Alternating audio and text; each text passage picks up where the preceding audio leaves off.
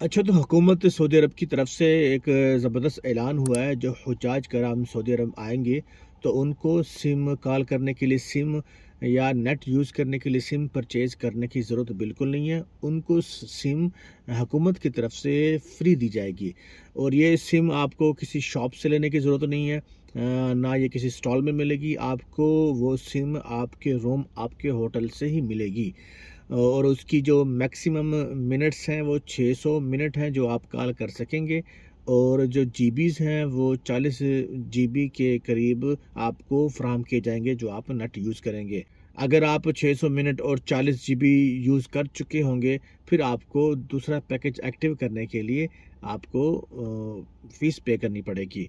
मैं समझता हूँ 40 दिनों में जो मैक्सिमम 40 दिनों में आते हैं लोग, 40 जीबी बहुत है क्योंकि सिर्फ़ उन्होंने ज़्यादा यूज़ नहीं करना होता, सिर्फ़ फ़ोन कॉल करनी होती है, जो कि मैं समझता हूँ ये इनफ़ है।